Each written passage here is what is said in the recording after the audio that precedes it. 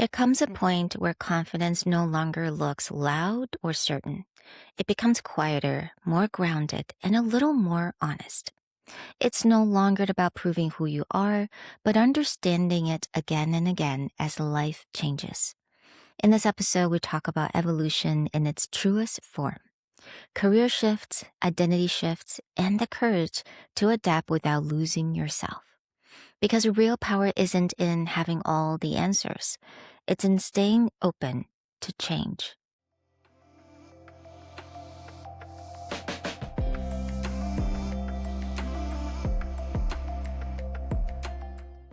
Hello, everyone. Welcome back to Soft Power Project. Today's guest is Justina Rosu, a former journalist who has evolved into content and creative strategist.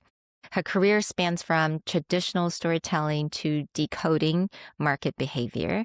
And today we're going to dive into what it really looks like to evolve your work and your identity when the industry around you is constantly changing. Hi, Justina. Hi, Sherry. Thank you for having me. It's great to be here. Yeah, I'm so excited. We were just chatting earlier about how do we even introduce ourselves in a very succinct way? Because when it gets to media, I think we get to be in many different roles. And when it gets to be an entrepreneur, you can literally do everything for the Yeah. company.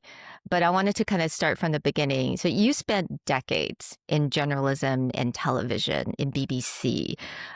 Like, how did that shape your sense of identity when you first started? So when I first started then as an entrepreneur or as I started in that career in the early days? In that career, the journalist, yeah, Yeah. way in the beginning. So I kind of came through a kind of different route to most people. I did not go to university.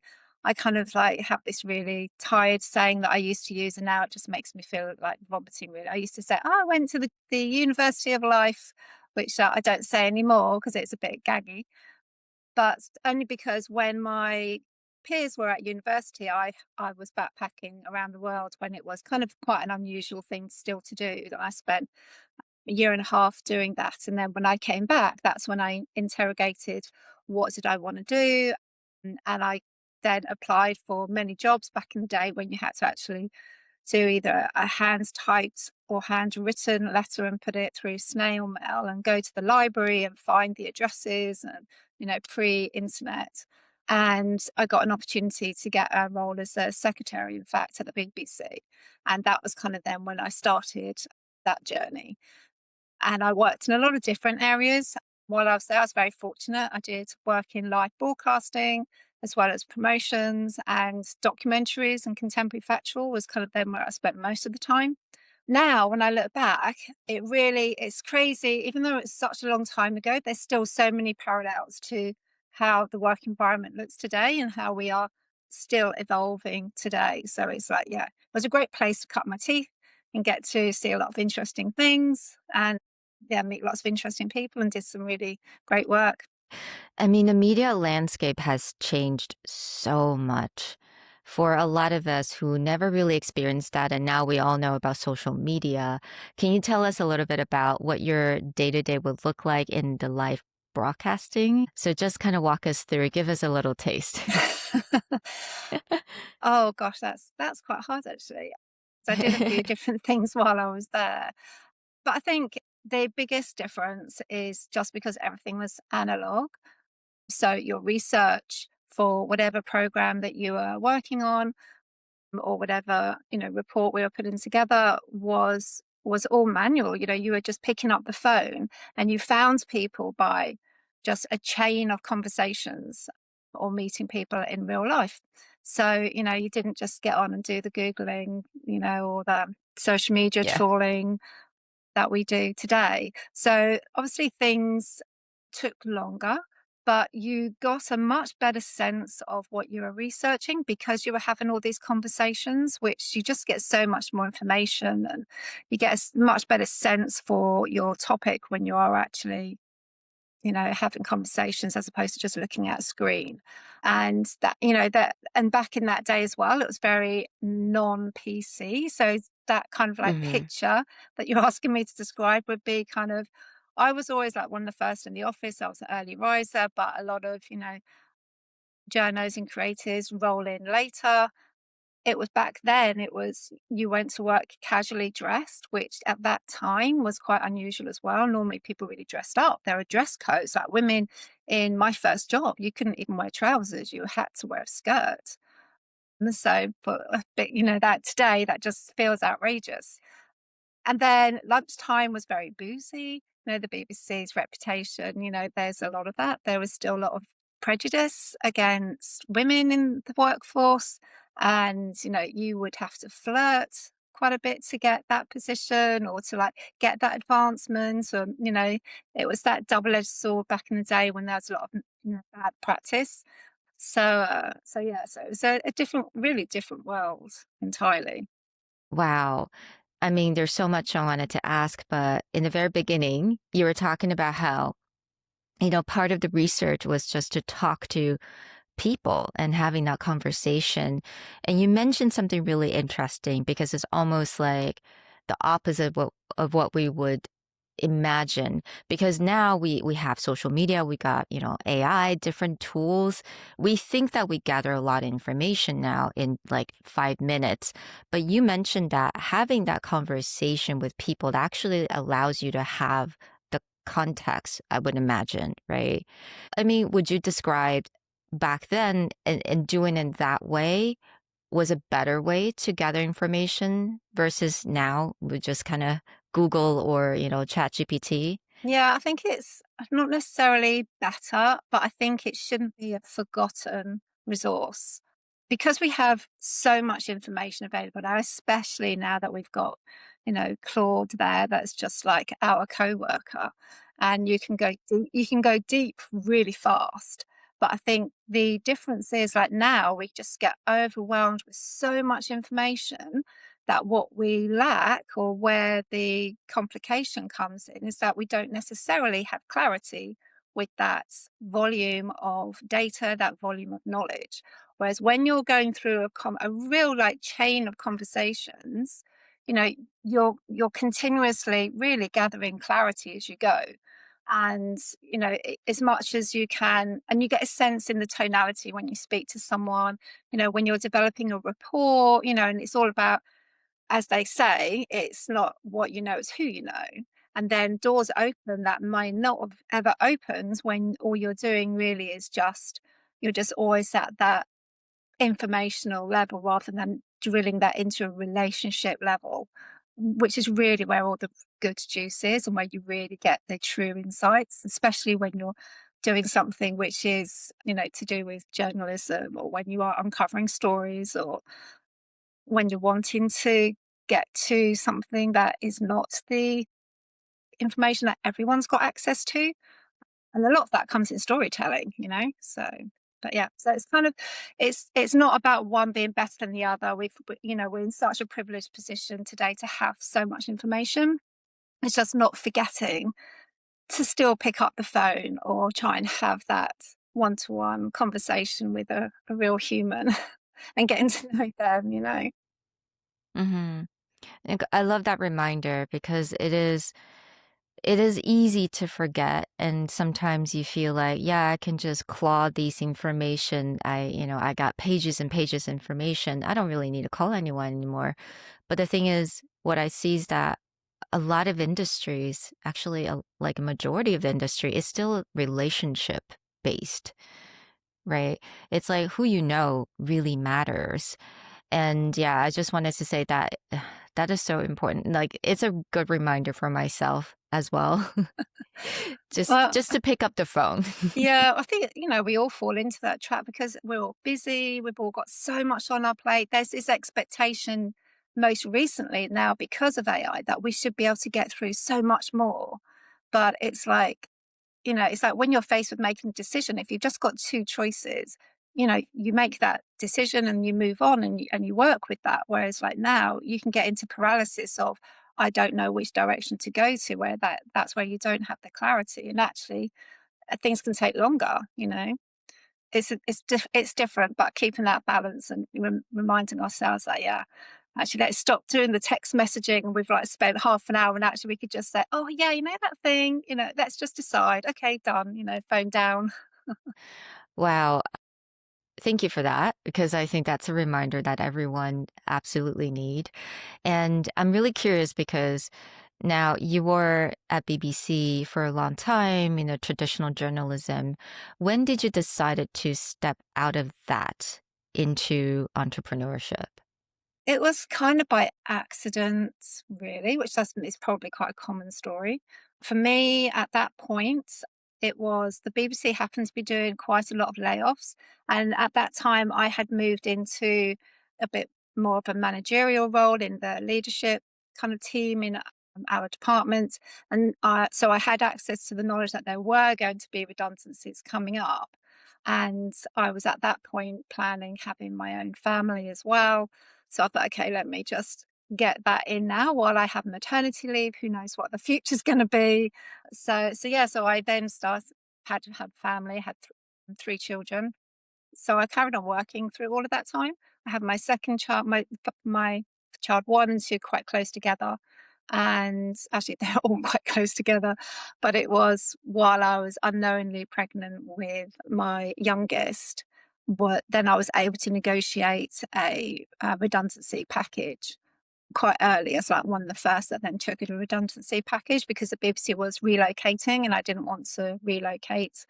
So yeah, so that was then a period when I was between jobs, I suppose you would say, and having to like reinvent myself again. I was like, okay, what do I do now? And that was, this was like 25 years ago ish, so in that kind of period, 20, 25, 23 years ago in that period.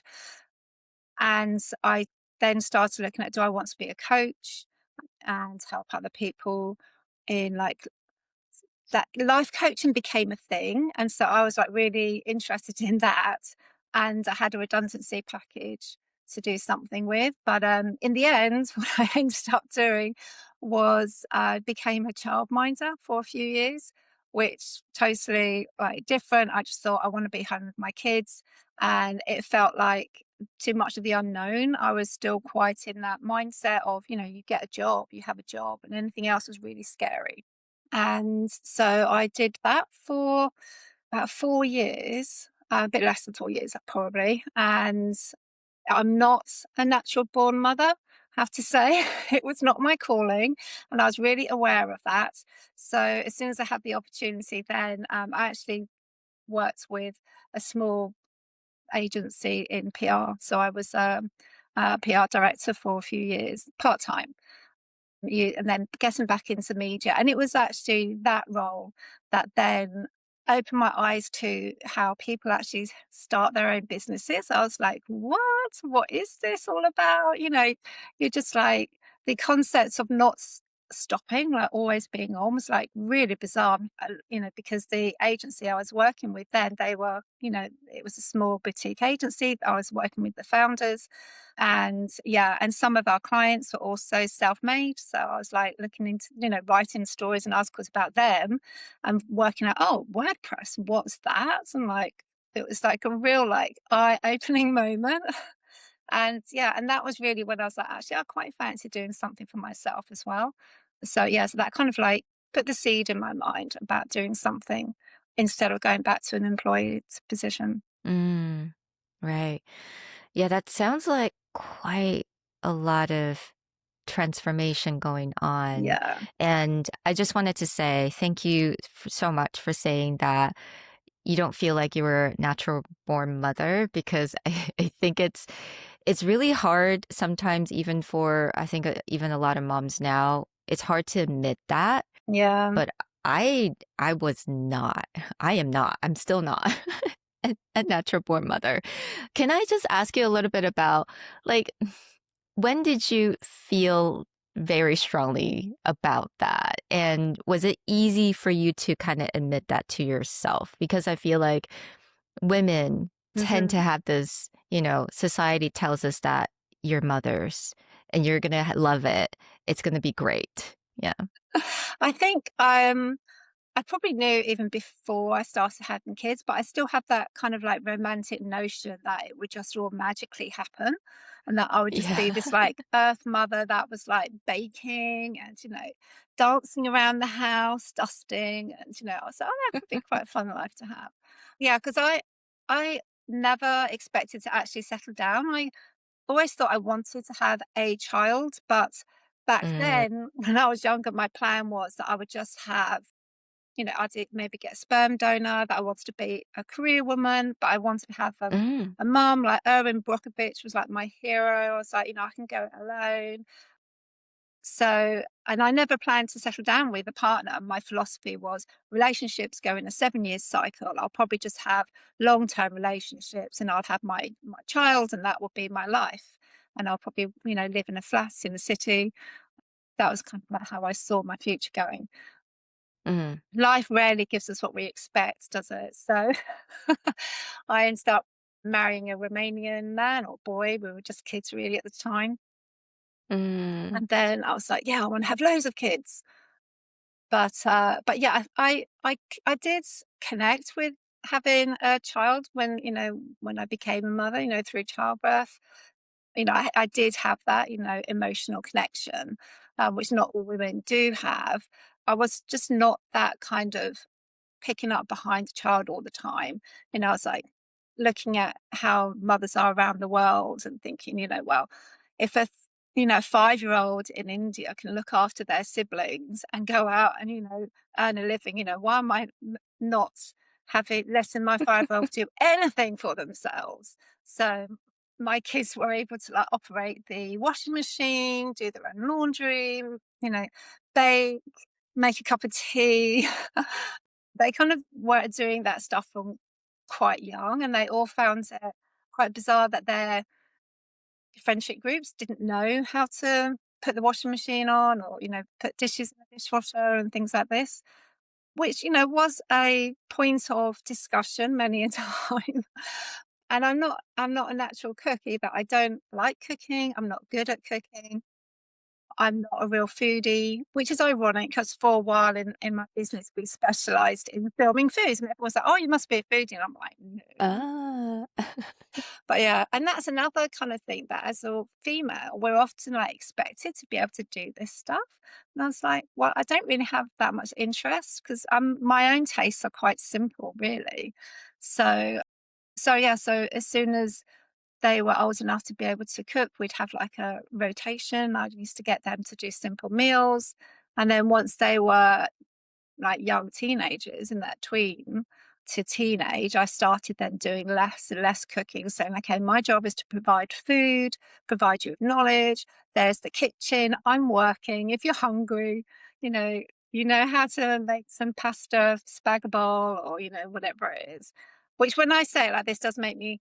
I do worry that it sounds like I'm neglecting them, but I was, I was a good mom, and I, I wasn't just leaving them to go feral, but I just did go with that philosophy of, they're much more capable as children than we in the Western world than we give them credit for.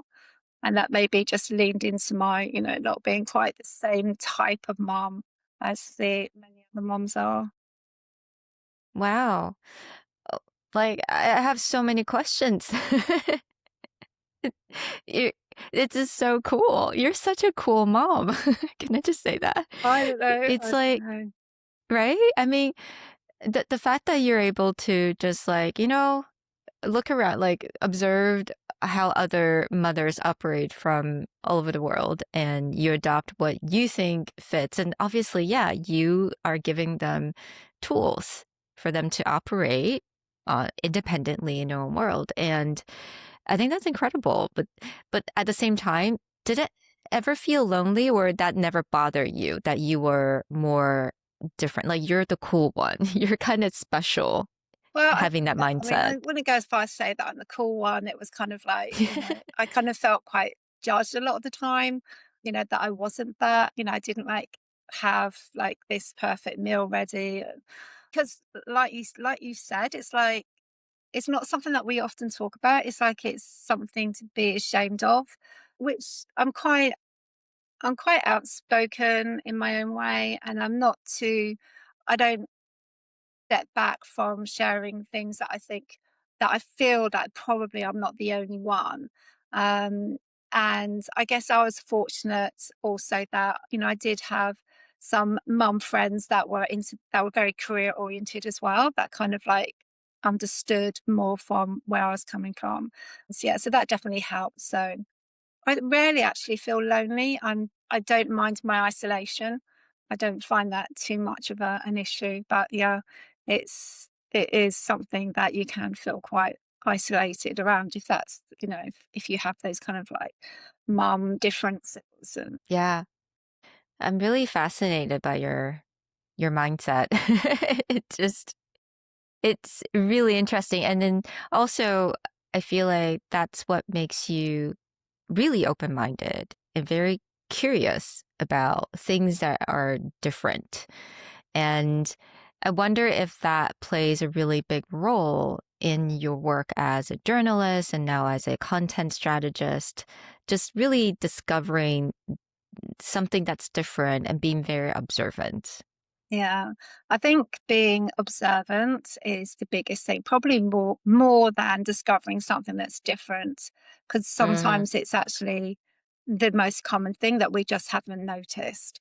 And that is, yeah, I think that's probably what being at the BBC for so long taught me, was that way of really interrogating something and pulling it apart and looking at it in detail, which is has just always stayed with me. Like, I can't look at any piece of content without totally deconstructing it or noticing like, "Oh, yeah, that's engaged in that," or I notice as soon as I disengage with content, I'm like, "Oh," and I'm always just thinking, "Oh, why did I disengage? Oh, yeah, it's probably because now it's, the tone of voice has changed," or, I'm like always, whether I'm looking at content on social media or whether I'm at the movies trying to like switch off and watch something, I'm still noticing the story arcs, or I'm still noticing how the scene's been shot or how many edits there are. And so, yeah, so I'm kind of like always got my eye on that. And I think that just came from so long at the BBC and having that sense of, yeah, just really interrogating things, which is helpful, now because, you notice why something is maybe working or why it's not working when it comes to, content in your marketing. yeah. So, how has the transition been from working as a traditional journalist and now being a content strategist? You mentioned that you will look at a piece of content and dissect and pulling things apart, looking at what's engaging, what's not engaging. I mean, what's that process like for you? And was it ever difficult or you're kind of fall in love with the social media landscape at this point? Yeah. Well, I think, I just love creative. Whether that's a 60-minute documentary, whether it's a 30-second news bulletin, whether it's like a 10-second meta ad, whether it's YouTube or, whatever platform it's on. There's a thing that it all has in common, which I think is you kind of go back to that clarity piece and maybe just what's in my personality of wanting to understand and that curiosity, but also like wanting to actually try and simplify everything. I'm kind of looking at the end of the day, everything just comes down to our human behavior, and it goes back to when we were cave people. The reason why we are paying attention to something is because that's how our, ancestral brain works to survive. So when there's no movement, we're like, okay, that's safe. So I can now look at, oh, there's some plants over there that I can like go and create food for my family from, rather than noticing that I'm about to get eaten by this creature or dinosaur or wild animal. So it's really everything. That's what all of this comes down to, is just our human behavior, and keeping that level of attention. And then there's nuances, things that interest me are different to things that interest my children, who are now, all young adults, and what's going to engage my Gen Alpha nieces. Those are just all nuances, but there is like a continual thread that joins all of us because we're all human, you know? And in terms of, changing and shifting your careers and how it evolved, has your identity evolved as well? Yeah, I think it's so that's such an interesting question. It really is. And I think it's something that just shapes us throughout our life, and then how far away from what we perceive our own identity to be we become, or how, when we're feeling out of, incongruence with who we see ourselves as being, that brings a lot of dissatisfaction. But even just trying to work out what it is that, who am I? What is that identity? I think it's just a continual, it's a very fluid thing, because depending on what season of life you're in, that identity shifts, but there's always just like that core essence, which is maybe just what our values are at the core of it. But then, yeah, I think that was with, motherhood for me, like when I was doing the child minding, how that was just not how I identified myself as. I guess, first of all, because I just didn't have that earth mother thing. And so, yeah, so I just, the sooner I got back to something where I kind of felt more in tune with how I see my identity, that was where I felt more comfortable. But, you still have to put on those different hats, you still have those different identities. And I think it's just trying to grow with it, and being comfortable that sometimes we are going to drift away from that, or our identity is going to need to shift, because it's too easy to then just think, to just say, oh, like, this is my identity now, I've just got to suck it up, this is it. No, there is still a way to, like, find that identity, find that deeper sense of satisfaction, whether it's something that you're just keeping on a back burner, keeping it warm until you can lean into it more, but being willing to recognize that it's still, it still shifts, but you still keep that core identity as you move through how your life changes, and how, our environments change as well. In the age of AI, everyone's having to kind of redefine their identity in some shape or form. But, that's natural journey of life, as opposed to a completely different identity. It sounds to me is that you have this core values and that's something you're anchoring to, but everything else, let's say identities, you don't have that attachment to it. You kind of just let it grow. So, and I love that because, when we talked about motherhood, you know who you are, you know that you're more of a career mom, and but that doesn't have to have any meaning, where you're not a earthy mom, like the mom that likes to cook, but that doesn't need to mean anything, Yeah, right? It's just part of who you are. But you let that, yeah, you kind of grow with it. You kind of grow with whatever that's coming in our lives. Yeah, and like you said, that's life. It doesn't really matter what industry you're in. This is just, everyone needs to kind of go through this process. yeah, yeah. And I think a lot of it is, your identity also changes as you mature, or as you age, in like a lifetime journey point of view, because you just see more, like, I think back in my 20s, when I was really at that peak of career excitement and faster career acceleration, and I just look back and think, oh my god, I was just so arrogant. I'm like, you just think you just, like, can do anything, which, there's the great side to that, you think you can do anything, that you're indestructible. It just changes. But I think it's very important to hold on to, as early as you're able, to, like, really do some deeper internal work on recognizing your core values, because that's where our identity is rooted. And then you take those wherever you go, and however you need to kind of, like, morph that external identity to fit into your stage of life, what you're trying to achieve at that time. And you mentioned in the very beginning that you did some backpack traveling, right? Yes. When everyone else is at school, you did that. I'm just wondering, has that helped you to kind of form that core values really early on because I'll Mm. be honest, I mean, it took me a very long time to figure it out who I am and, how these identities don't actually define me. It took me literally till I'm like early 40s or late 30s to figure that out. And I'm just wondering, has that helped you to kind of, you know, to sort that through like early on in your Oh. 20s?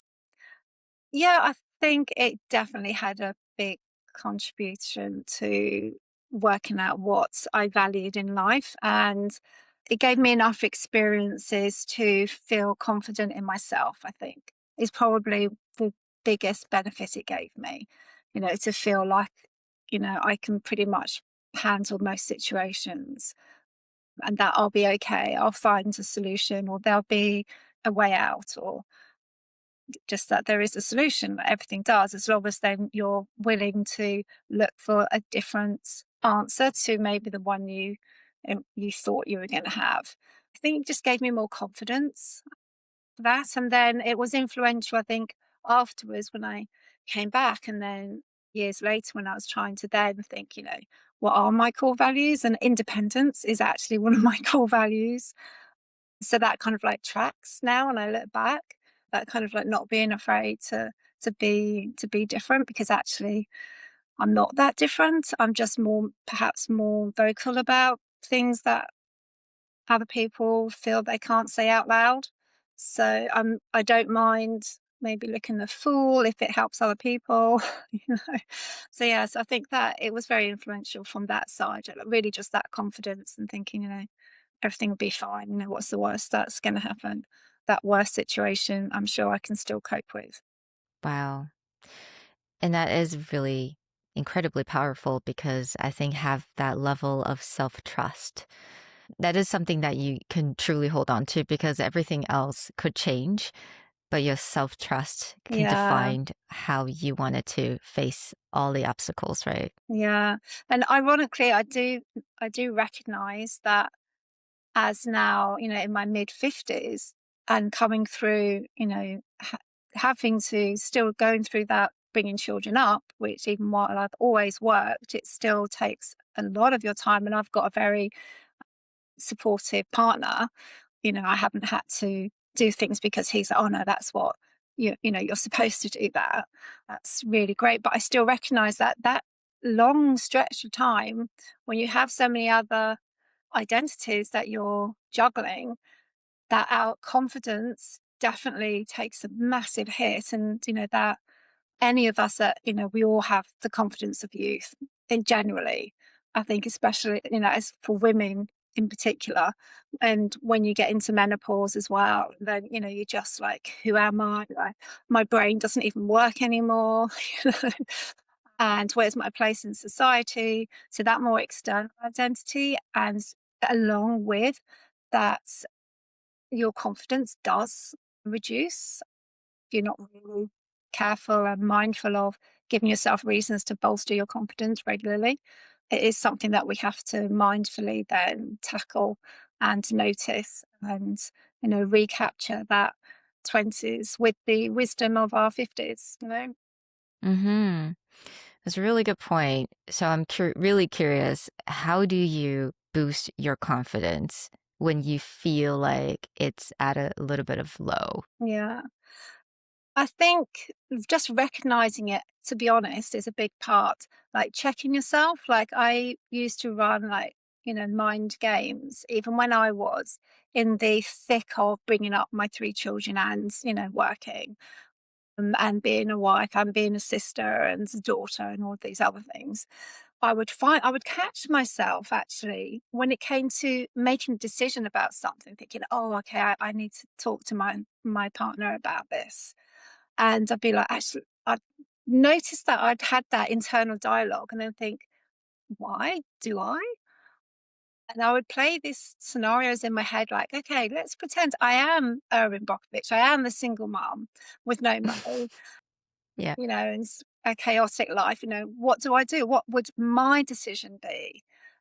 Then I would still perhaps go to my partner and have that discussion if it was something that involved us both or involved the family.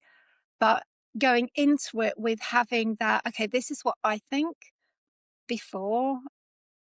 And as a kind of bit of a people pleaser, having that trait, it's very easy to lose that. So I have to like work on that. So I play mind games like that with myself, thinking, okay, if it was just me, what would my decision be? And I still do that now, except it's more like I think, okay, what was my 20 something version of me, what would she do? And she'd be like totally unfazed. She'd be like, yeah, just like, what's to lose? Just do it, you know? Which most recently I had to kind of like pull that card when I was in Italy and I landed in Milan and I was meant to go to Cosmoprof in Bologna and I got stranded in Milan and I didn't have anywhere to stay. All the hotels were booked. It was like midnight and it was raining. And I was like, what's like, there's no trains going anywhere. And that was when I could feel something bubbling. I was like, hold on a minute. Like, I'm in my mid 50s. And when I was like 19, I landed in Delhi with no phone, nowhere, not knowing where I was going to stay that night. And I'm like, okay, if that version of me could just make it work, what's to worry about? I can sort this out. And in the end, I ended up staying at a backpackers, ironically, took their last bed in a shared dormitory and until the trains, started again in the morning. But it's that, just reminding ourselves that actually we can cope with these things and we have done before. We allow our thoughts to find the evidence from what we've done previously. And then, yeah, and then just roll with it and try to find that confidence again. Yeah. Oh, I love that. I love how you always have this anchor, the higher self. It's Erin Brockovich or maybe your 20-year-old self to be like that person with the reason, with logic. And I love that. I think I need to think about that as well. And I also feel like again, like you're very independent. You like to travel a lot. And I do see you traveling a lot on LinkedIn. And I think would that be one of the things that you kind of just, it's also something that you do to kind of boost your confidence because again, I think there's a lot of things come from traveling. You Yeah. got to figure stuff out. And yeah, and I feel like that's definitely something that you do on a regular basis. Yeah, and I didn't for quite a long time, but now that the children being older, helps. And then, Mm. you're always looking for opportunities, and sometimes you got to put yourself out there, which is then kind of like how I've got into the position I am now, where I am lucky enough to travel quite a bit. I'm solo traveling most of the time. It's a lot of fun, and it does remind me of what you learn and how you grow when you are in those slightly uncomfortable situations, but that discomfort is actually also excitement and satisfaction, and you can feel yourself growing because you're like, okay, my eSIM's not working. How do I get from this side of town to the other? And I can't pay for anything, or whatever random bit of tech failure puts you back into that time of your 20s often. Or if you are younger and you never had that experience, then it's a great test to see actually you just have to then talk to people, ask for help, and people like to help. So yeah, traveling is something I really enjoy doing. Yeah, like you said, discomfort is exciting. And Mhm. we just really need to reframe that, right, in Yeah. that situation. Yeah, that's it. So it's kind of where growth comes from, I really believe. And yeah, the more we can just make ourselves do something, then it's easier next time. And you kind of just you build on that confidence every time you do something that's a little bit uncomfortable. And I'm so excited to ask you this question that I ask every single guest and knowing your just who you are. I'm so fascinated by just your mindset. What is your definition of soft power? So yeah, it's such a great question, and I love how it's framed as soft power. And I think especially for the time of life I'm in now, I feel like that's where I feel most comfort is in that soft power. For me, it's all about just having that internal confidence. You don't have to shout about things, that soft power comes from just really knowing yourself and having like understanding what your own values are. And that kind of just, I think, then resonates how you show up in the world, and that you can see when someone's just got that internal confidence. And that is just like such a beautiful soft power to have, because it's not arrogant, it's not ego driven. It's much more leaning into a more traditional, wise, the elders of the village. They're quieter, they can't remember what the saying is, but it's, when they talk, the less you say, the more what you do say is worth listening to. Mm, So for me, yeah, it's something I'm always working on, is trying to just always listen more, say less, think a bit more, and then make sure what you do say has a little bit more meaning. But yeah, that's that internal confidence. And part to me, confidence and independence are like really interlinked. Not that it has to be for everyone, but to me, they really are. So just nurturing that side and trying to stay out of ego, which is really hard to do. But it's trying to stay out of ego and just yeah. So it's a great question. I love the question. I definitely need to do more of this and like nurture that mm. soft power. Oh, I love your answer. Thank you. It's quite confident and this, stay away from ego. And I know exactly what you're talking about. I feel like I'm 43 this year. I feel like last year was really the year of ego death. It was just one after another. Yeah. But actually, I mean, I would say from the 35 to 43 now, I've definitely experienced many experience just ego death, but I honestly feel more freeing every single time. It's like uncovering that layers. Yeah. So I understand what you're talking about. I think it's like the more we're mature, the more we're willing to let go of that. Yeah, that's it. Because that ego and, that's having to like redefine yourself. It all comes from how much we really care about how other people perceive us. And if we can kind of like try and shed that and think, you know what, whether we've kind of like made a fool of ourselves with something, or we thought we were good at this thing and then we turn out to be not so good as we thought we were, or whatever, damage to that ego we've had or suffered, it only is damaging because, we can't then turn that lens onto ourselves to think, okay, what do I need to learn? And do I really care that what other people think? Like if you're in a room on your own and there was no one to observe that ego bash, you would care about it less and you would internalize it more and grow from it. So I think it's a hard thing to do. It's something that I think is just a continual journey that we're all on, and just yeah, try and stay out of that, and yeah, embrace that soft power, stand tall and confident.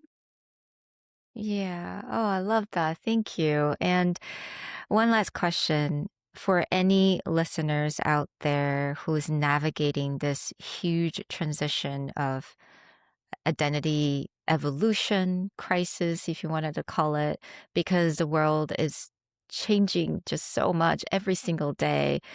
What would you tell them? Any advice? Yeah, I think it's what I try to do. I would just say, just look for the opportunity. Just don't see anything as being a negative. It's only a negative if you really just are fixed in, what that one solution is that you think what that answer is to the question you've got. If you're only looking for that one answer, then you're just gonna be more and more unhappy if you don't get that one answer. There's so many different answers to the questions we have. And so it's really just about being okay with being uncomfortable, being like dropping that ego. So you're okay at asking questions that maybe you feel like you should know the answer to that you don't, because probably most people also don't know the answer. And everyone's just trying, like waiting for someone else to be a bit more brave and ask that same question that everyone's thinking, and then just look for that opportunity. And then that's the most exciting thing when evolution of technology or society, whatever it is, happens quick. That just means there's more opportunity. The faster you can try and you know adapt and and see how that relates to your environment, whether that's at work or, personally. In this context, it's probably more likely in your workspace. There's always going to be an opportunity there. You just got to be open minded enough to look at it and be, let your ego stay down so that you also okay at thinking, "Oh, I've got to Hmm. relearn some stuff here," and just don't be afraid to put yourself in that uncomfortable situation. I think that's such a powerful, powerful advice. Yeah, I'm gonna take that into my heart. I think I will. I need that just to put the ego aside. Just be like, ego, to stay down. Yeah, it's You it's don't need to show it's up hard. today. I think, we all have to. I mean, and I'm saying this. It doesn't mean I'm always living by it. It's a Mm. continual journey. It's a continual thing to like keep checking yourself on. Thank you so much, Justina. It's a beautiful conversation. Thank you so much for all the advice for our listeners today. Oh, it's a pleasure. Thank you very much for having me.